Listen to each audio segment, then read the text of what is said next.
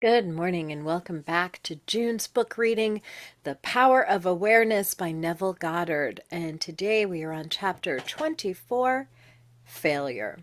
This book would not be complete without some discussion of failure in an attempted use of the law of assumption.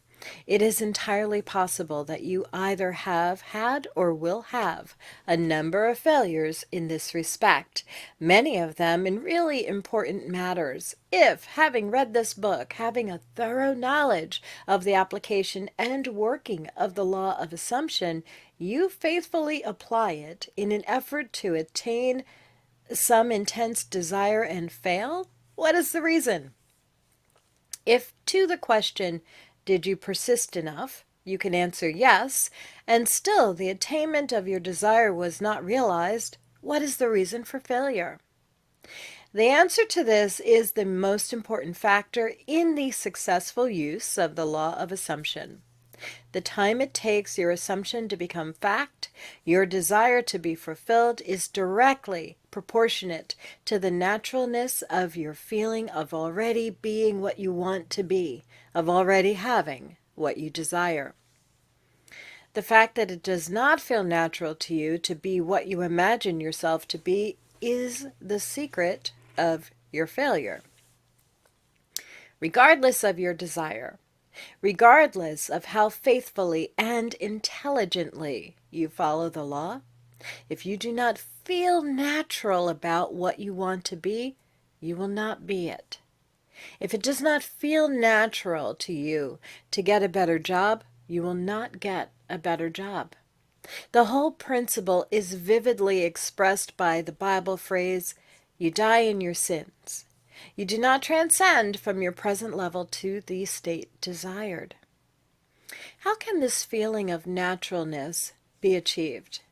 The secret lies in one word: imagination. For example, this is a very simple illustration. Assume that you are securely chained to a large, heavy iron bench. You could not possibly run. In fact, you could not even walk. In these circumstances, it would not be natural for you to run. You would not even feel that it was natural for you to run. But you could easily imagine yourself running. In that instant, while your consciousness is filled with your imagined running, you have forgotten that you were bound. In imagination, your running was completely natural. The essential feeling of naturalness can be achieved by persistently filling your consciousness with imagination, imagining yourself being what you want to be or having what you desire. Progress can only spring from your imagination, from your desire to transcend your present level. What you truly and literally must feel is that with your imagination, all things are possible. You must realize that changes are not caused by caprice, but by a change of consciousness. You may fail to achieve or sustain the particular state of consciousness necessary to produce the effect you desire.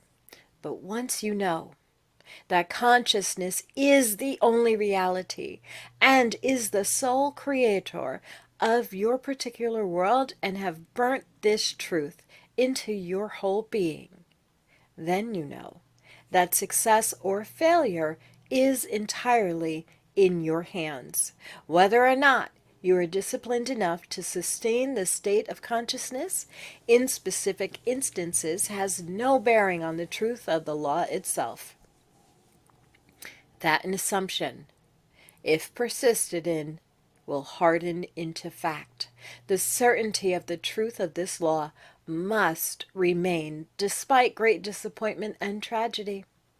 Even when you see the light of life go out and all the world go on as though it were still day, you must not believe that because your assumption failed to materialize, the truth that assumptions do materialize is a lie. If your assumptions are not fulfilled, it is because of some error or weakness in your consciousness. However, these errors and weaknesses can be overcome. Therefore, press on to the attainment of higher levels by feeling that you already are the person you want to be. And remember that the time it takes your assumption to become reality is proportionate to the naturalness of being it. Man surrounds himself with the true image of himself. Every spirit builds itself a house, and beyond its house a world, and beyond its world a heaven. Know then that the world exists for you. For you, the phenomenon is perfect. What we are, the only can see. For what we are, that only can we see. All that Adam had, that Caesar had, you have and can do.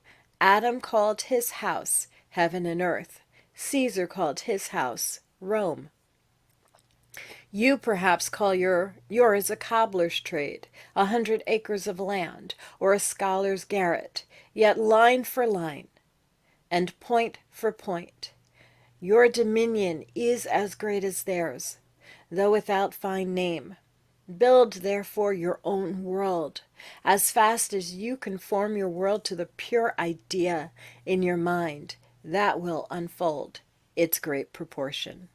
Emerson.